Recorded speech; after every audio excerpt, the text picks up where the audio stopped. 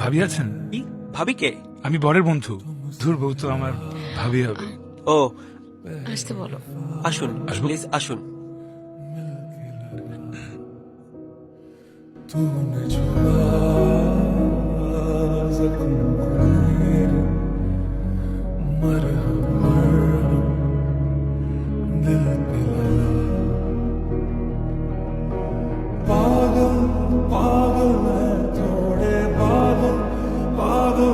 ভালোবাসা, মনের টান।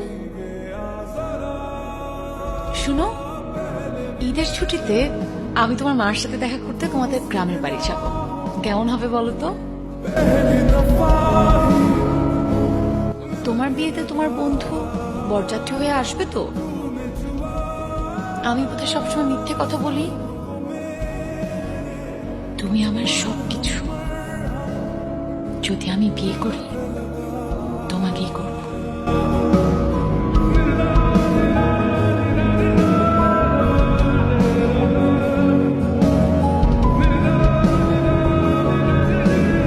আমি যাকে এতদিন ভালোবাসতাম মা, বিয়ে হয়ে যাচ্ছে মা। তাও আবার পরশের সাথে। আমি এখন কিনে বাঁচবো মা, আমি কিনে বাঁচবো মা। আমার তো সব শেষ হয়ে গেছে মা। কষ্ট।